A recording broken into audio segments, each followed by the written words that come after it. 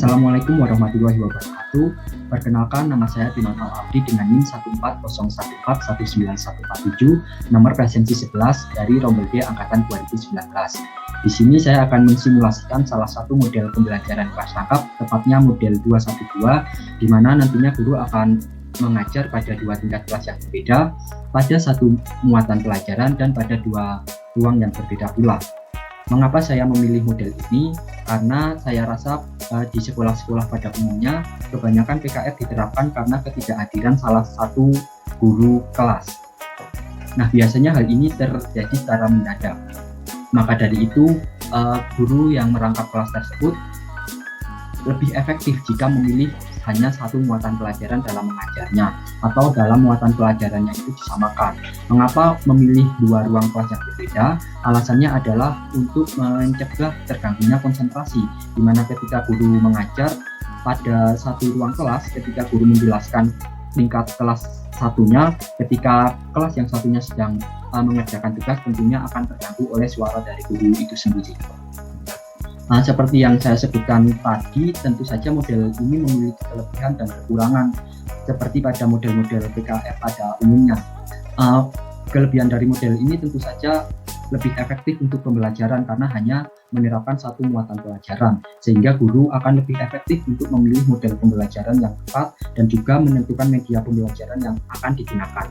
Kemudian kelebihan lainnya yaitu tidak mengganggu konsentrasi seperti tadi yang saya sebutkan, karena dilakukan pada dua ruang yang berbeda. Akan tetapi tentu saja model ini memiliki kelemahan, yaitu salah satunya ketika siswa yang sedang mengerjakan tugas ditinggal oleh guru ke ruang berikutnya, maka kemungkinan kelas yang sedang mengerjakan tugas dan tidak diawasi guru dapat saja keadaannya menjadi tidak kondusif karena memang tidak ada kehadiran guru di saat itu. Selain itu, kelebihan lainnya adalah model ini didukung oleh kemajuan dari Zoom Meeting, yaitu aplikasi virtual yang sering digunakan, di mana Zoom Meeting dapat menggunakan breakout room sehingga dapat memisahkan antara kelas yang ada di ruang utama dan juga kelas yang berada di breakout room. Untuk prosesnya sendiri yaitu dengan memisahkan kelas antara kelas satu dan kelas yang lainnya. Kelas yang satu kita masukkan di room utama, sedangkan untuk kelas yang lainnya kita masukkan atau kita alihkan di breakout room. Kemudian kita mengajar kelas yang ada di ruang utama terlebih dahulu. Setelah itu guru memberikan penugasan, kemudian guru masuk ke ruang breakout room untuk memberikan penjelasan kepada kelas yang lainnya. Setelah itu untuk memberikan penugasan dan kembali pada room berikutnya. Seperti itu seterusnya, sehingga akhir pembelajaran kita temukan satu room kedua kelas tersebut. Untuk simulasinya bisa kita praktekkan secara langsung.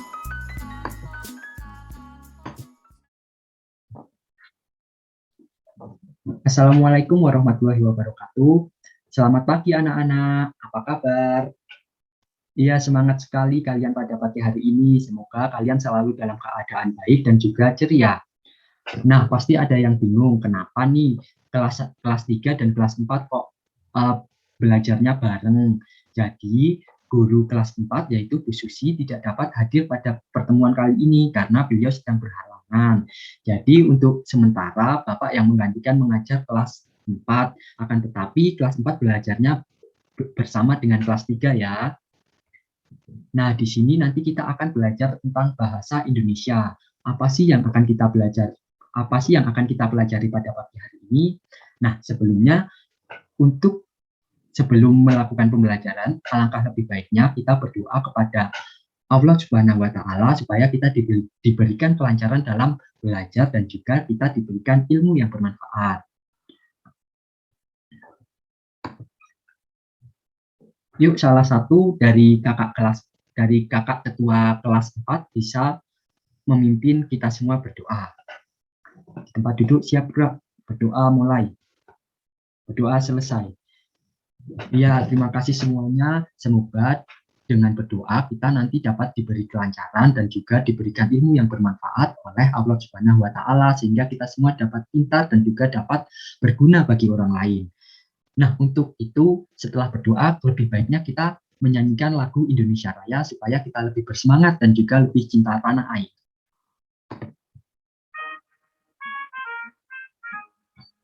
Indonesia tanahku, tampung padaku.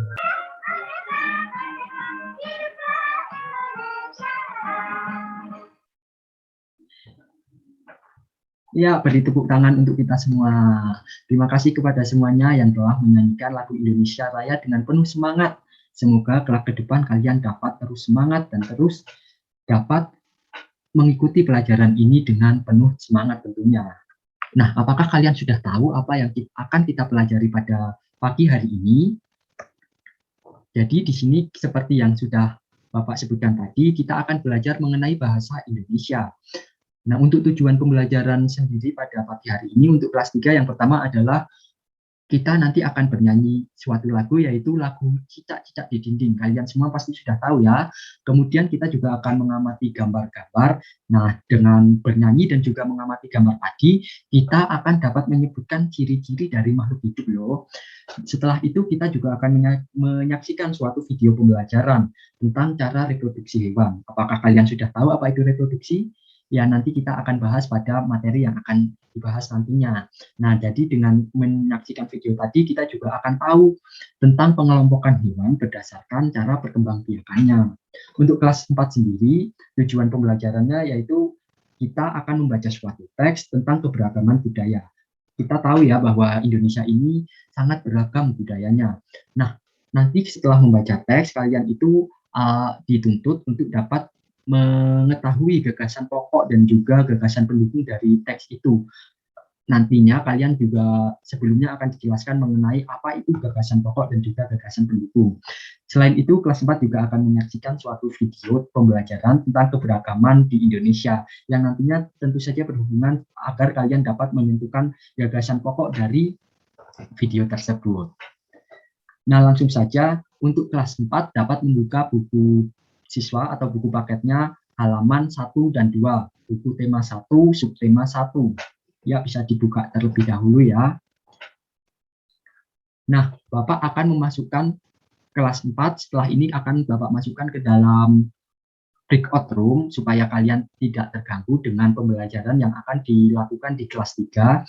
Bapak minta untuk siswa kelas 4 dapat membaca bukunya terlebih dahulu, yaitu halaman 1 dan halaman 2 mengenai pawai budaya. Kalian juga bisa berlatih memahami pokok-pokok dari bahasan di teks tersebut apa saja ya. Silahkan dibaca terlebih dahulu, Bapak akan memasukkan kalian ke breakout room.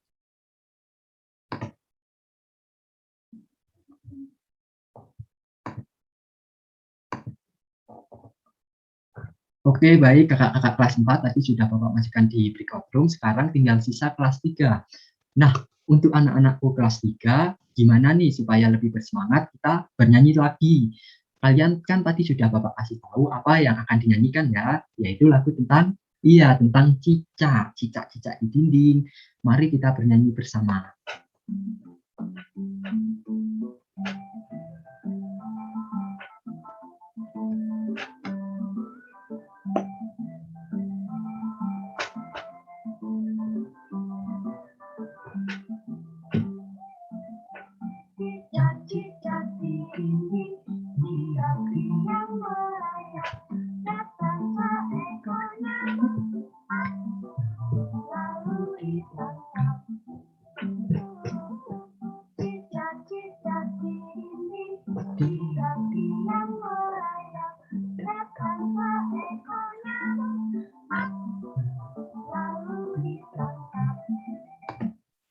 Tepuk tangan untuk kita semuanya.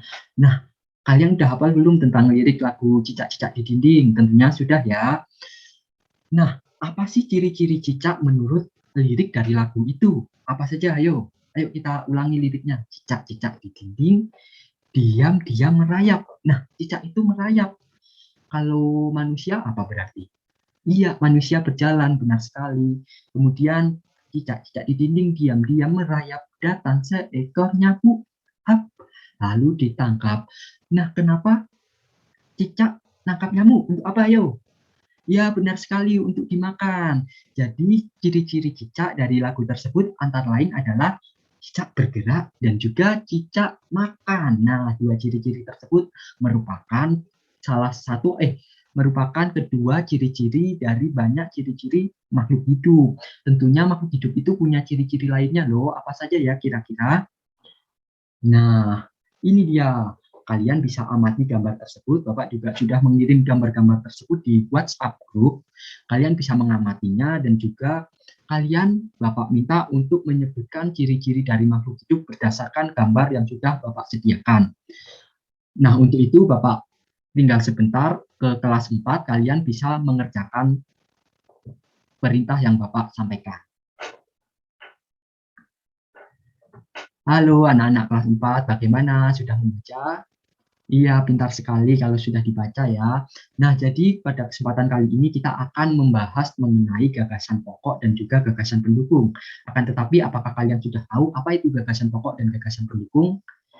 Jadi, gagasan pokok adalah ide utama yang dibahas dalam suatu bacaan. Maksudnya adalah pokok-pokoknya, yang jadi topiknya itu apa. Kemudian dapat berupa kalimat inti atau berupa pokok paragraf. Sedangkan gagasan pendukung sendiri adalah gagasan atau uraian yang merupakan suatu tambahan. Jadi seperti bumbu-bumbunya itu menambah-nambahi dari gagasan pokok. Jadi ada gagasan pokok, kemudian supaya dapat berkembang, gagasan pokok itu disertai dengan gagasan pendukung. Nah, ayo kita baca sekali lagi mengenai pawai budaya ini. Pada paragraf 1, pawai budaya sangat menarik. Nah, kira-kira apa hayo gagasan pokoknya? Coba Aldi sebutkan. Oh iya, Bapak beri contoh dulu ya. Jadi di paragraf 1 ini, gagasan pokoknya adalah pawai budaya sangat menarik bagi warga kampung Babakan. Kemudian kalimat tersebut itu dijabarkan oleh kalimat setelahnya, seperti pada kalimat 2 ini menjelaskan bagaimana menariknya kalimat 1. Nah, seperti itu untuk paragraf kedua. Ayo siapa yang bisa menentukan gagasan pokoknya? Iya, benar sekali. Gagasan pokoknya adalah di barisan pawai terdepan terlihat rombongan Maluku. Nah, kemudian kalimat kedua dari paragraf kedua itu menjelaskan bagaimana rombongan Maluku itu, yaitu rombongan laki-laki mengenakan kemeja putih, jas merah, topi tinggi dengan hiasan keemasan. Rombongan perempuannya juga begitu. Nah, untuk paragraf ketiga, siapa yang bisa? Iya, benar sekali. Budaya Bali terkenal karena bunyi musiknya yang berbeda. Nah, untuk paragraf 4, ada yang bisa? Iya, benar. Rombongan dari Bali diikuti oleh rombongan Toraja. Nah, untuk itu, sepertinya kalian sudah cukup mahir dalam menentukan paragraf, maksud saya menentukan gagasan pokok dan juga gagasan pendukung. Coba setelah ini kalian latihan satu lagi teks untuk kalian cari gagasan pokoknya, yaitu dengan judul Urang Kanekes si suku Baduy. Bapak akan memberikan kalian waktu sekitar 20 menit untuk memahami teks tersebut dan juga menentukan gagasan pokoknya. Sementara itu Bapak tinggal dulu mengajar kelas 3. Selamat mengerjakan. Halo anak-anak kelas 3, bagaimana? Apakah sudah dikerjakan perintahnya? Yuk kita cek yuk apakah sudah benar atau belum. Siapa yang tahu nih gambar pertama adalah apa? Nah, jadi gambar pertama ini adalah bernafas. Kita semua itu bernafas. Hirup nafas, hembuskan. Menghirup oksigen dan mengeluarkan karbon dioksida. Jadi ciri-ciri makhluk hidup yang pertama itu tentu saja bernafas. Kalau tidak bernafas berarti meninggal. Kemudian ciri-ciri makhluk hidup yang kedua adalah bergerak. Kita semua bergerak. Misalnya kita, nih tangan Bapak bergerak. Kalian tadi bangun tidur mengambil sarapan dengan cara berjalan. Nah, seperti itu. Ikan juga bergerak dengan berenang. Cicak tadi merayap. Kemudian tumbuh dan berkembang.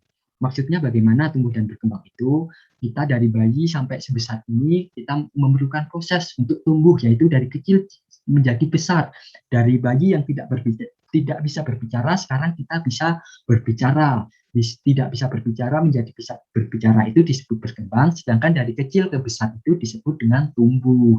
Nah, kemudian adalah membutuhkan makanan seperti lagu cicak di dinding tadi ya, cicak makannya nyamuk. Itu digambar ada kuda makan rumput. Nah, tanaman juga makhluk hidup loh. Tanaman itu makannya dari unsur-unsur hara yang ada di dalam tanah dan juga disertai dengan air. Yang kelima ada peka terhadap rangsang. Maksudnya bagaimana rangsang itu seperti halnya cahaya matahari. Kita ketika melihat cahaya matahari yang begitu terang, kita akan menutup mata. Atau ketika kita terkena panas, kita akan refleks untuk menarik misal tangan kita yang terkena panas, seperti itu. kalian pernah lihat putri malu? Nah, putri malu ketika kalian sentuh pasti akan menutup kan? Itu juga contoh dari pekat terhadap rangsang. Kemudian yang keenam adalah berkembang biak. Berkembang biak ini seperti ayam bertelur. Dari ayam bertelur itu nanti ayam punya anak-anak yang menjadi banyak dan meneruskan ayam supaya ayam itu tidak punah. Seperti singa melahirkan, sapi melahirkan, punya anak dan terus berkembang. Seperti itu. Nah, tadi kan kalian sudah Bapak kasih sedikit penjelasan mengenai cara berkembang biak hewan itu sendiri. Tapi supaya kalian lebih paham, kalian bisa menyaksikan video yang telah Bapak sajikan ini tentang cara berkembang biak hewan dan juga hewan itu dikelompokkan berdasarkan cara berkembang biakannya. Seperti apa? Langsung saja kita saksikan. Hai, kembali lagi di ruang belajar channel. Buat belajar, tahu nggak? Di dunia ini, banyak sekali jenis hewan yang hidup sekitar kita dengan keunikannya masing-masing, baik yang hidup di darat maupun di laut. Bagi makhluk hidup, hewan mengalami perkembangan. Tiap hewan berkembang biak dengan cara yang berbeda. Apa saja itu? Sebelumnya, sobat belajar tahu nggak apa itu berkembang biak? Berkembang biak adalah proses di mana makhluk hidup berkembang biak supaya nantinya spesies yang sepertinya tidak akan punah. Berdasarkan cara berkembang biaknya, hewan dibagi menjadi 3 macam, yaitu ovipar, vivipar, dan ovovivipar. Mari kita ulas satu persatu. Yang pertama, hewan ovipar. Hewan ovipar adalah hewan yang berkembang biak dengan cara bertelur. Ciri-ciri hewan ini yaitu mereka tidak memiliki telinga dan tidak menyusui. Contoh dari hewan ovipar yaitu ayam, ikan, burung, ular-ular, dan lain-lain. Yang kedua, hewan vivipar, singa, dan lain-lain. Hewan ovovivipar yaitu bukan cuma kalau makan hewan ini, bukan ovovivipar ya. Nah, jadi hewan itu berdasarkan cara berkembangbiakannya dibagi menjadi 3 jenis, yaitu ovipar atau hewan yang bertelur, vivipar hewan yang melahirkan, dan ovovivipar yaitu hewan yang bertelur dan melahirkan, yaitu telurnya itu menetas di dalam perut sang induknya. Nah, untuk itu Bapak telah menyediakan gambar-gambar, kalian bisa mengelompokkan hewan yang menurut kalian itu vivipar atau ovovivipar atau ovipar. Kalian bisa tuliskan di buku kalian tentunya. Nanti Bapak akan periksa satu-satu ya. Bapak akan memberikan waktu kepada kalian untuk mengerjakan penugasan ini, dan Bapak akan memeriksa dulu di kelas 4.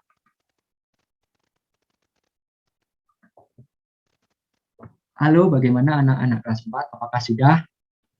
Ayo kita periksa pekerjaan kalian ya. Nah, coba untuk paragraf pertama menurut kalian gagasan pokoknya apa? Karena gagasan pokok itu tidak selalu berada di awal kalimat paragraf, bisa di tengah, bahkan bisa di akhir. Nah, jadi gagasan pokok pada paragraf ini terdapat di tengahnya, yaitu di Pegunungan Kendeng dengan ketinggian 600 meter dari permukaan air laut tinggal masyarakat adat yang biasa kita sebut dengan suku Baduy. Nah, itu dia gagasan pokoknya, bukan berada di awal ya, pasti banyak yang terjebak. Kemudian untuk paragraf keduanya yaitu ya ada di awal paragraf, masyarakat Keneges dibagi menjadi 2 kelompok, yaitu Tangu dan Penamping. Kemudian yang ketiga ada di tengah lagi, yaitu masyarakat Keneges dalam masih sangat teguh dalam memegang tradisi. Ini dijelaskan yaitu dengan mereka tidak menggunakan alat-alat elektronika, tidak menggunakan alas kaki, dan mereka menganut kepercayaan tradisional. Jadi gagasan pokok itu tidak selalu berada di awal teks. Nah, selanjutnya kalian bisa menyaksikan video ini. Kalian perhatikan baik-baik, nanti Bapak minta untuk menuliskan pokok-pokok atau gagasan yang ada di video ini untuk dijadikan suatu gagasan pokok dalam kalian menulis teks. Negara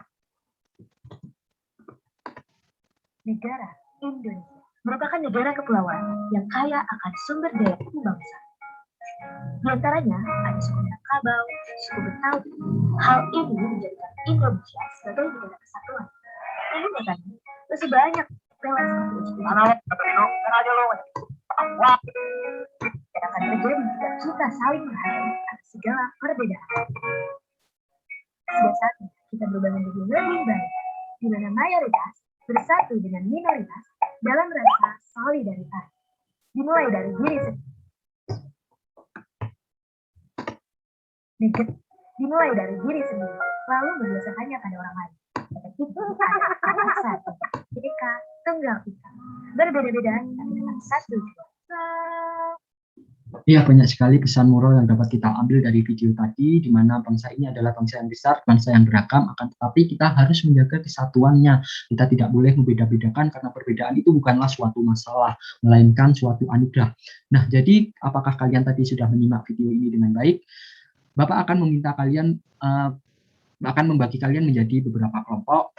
Kemudian dalam kelompok nanti kalian berdiskusi dengan teman-teman sekelompok untuk menentukan apa saja pokok-pokok yang ada dalam video tersebut. Bapak bagi kelompoknya, yang pertama ada Aldi dengan Dira. Ya, silahkan berdiskusi, Bapak beri waktu kembali, Bapak akan mengajar di kelas 3 terlebih dahulu. Nah, sebelumnya Bapak mau menyampaikan contoh dari pokok atau kalimat yang dapat dijadikan gagasan pokok dari video tadi adalah contohnya ketika di awal-awal kalian mendengar negara Indonesia adalah negara kepulauan yang kaya sumber daya alam. Nah, itu merupakan salah satu pokok bahasan yang dapat dijadikan suatu gagasan pokok atau dapat pula disebut gagasan pokok dari video tersebut. Kalian bisa menentukan atau menuliskan contoh-contoh lainnya kalimat yang berada dari video tersebut. Semangat dan selamat mengerjakan. Halo kelas 3, bagaimana? Apakah sudah pekerjaannya?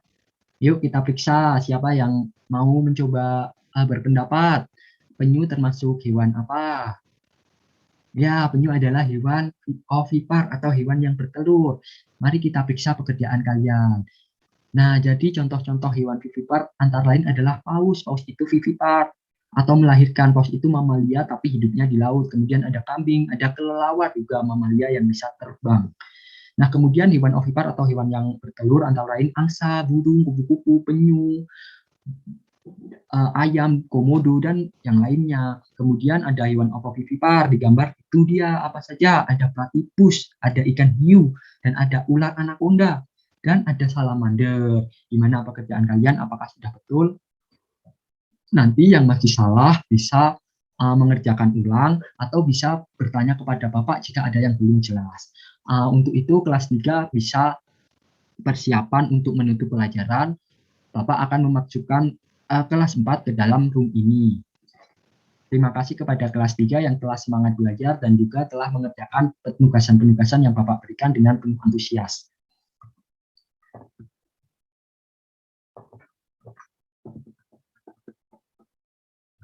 Oke, baik. Selamat datang anak-anak kelas 4. Anak-anak kelas 3 sudah selesai dalam belajar pada kesempatan kali ini. Untuk anak-anak kelas 4, silakan kelompok 1 segera presentasi atau dapat menyampaikan apa saja yang didapat dari presentasi kelompok kalian. Supaya kita dapat segera menyusul adik-adik kelas 3 ya. Ya, terima kasih kepada semua kelompok yang telah melakukan presentasi dan juga diskusi dengan sangat baik. Jadi banyak sekali gagasan pokok yang didapat dari video tersebut, seperti halnya Indonesia adalah negara kepulauan yang kaya akan sumber daya alam, Indonesia kaya akan suku budaya, perpecahan dapat terjadi karena ejek-ejekan, Indonesia adalah bangsa yang bersatu dengan Bhinneka Tunggal Ika. Ya, banyak sekali dan kalian semua telah hebat, telah benar dalam menganalisis dan menyajikan hasil presentasi dari kelompok kalian. Beri tepuk tangan untuk kita semua.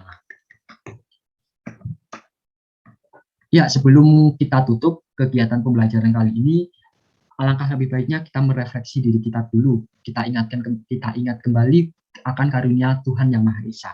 Sebagai makhluk ciptaan Tuhan Yang Maha Esa, kita selalu diciptakan dengan keunikannya. Kita memiliki keunikan tersendiri. Pasti kita dengan teman-teman kita yang lainnya itu berbeda. Jadi perbedaan bukanlah suatu masalah, melainkan suatu anugerah yang patut kita syukuri. Jadi harapannya tidak ada lagi orang yang memasalahkan tentang perbedaan, bahkan bertengkar karena adanya perbedaan. Karena perbedaan itu indah, anak-anak semua.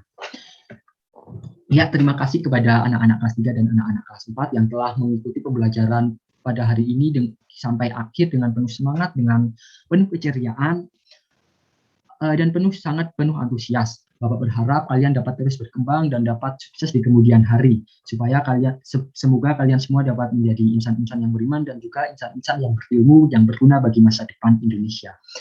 Untuk itu, untuk menutup pelajaran pada kesempatan kali ini, alangkah lebih baiknya karena kita tadi mengawalinya dengan doa, kita akhiri dengan doa juga.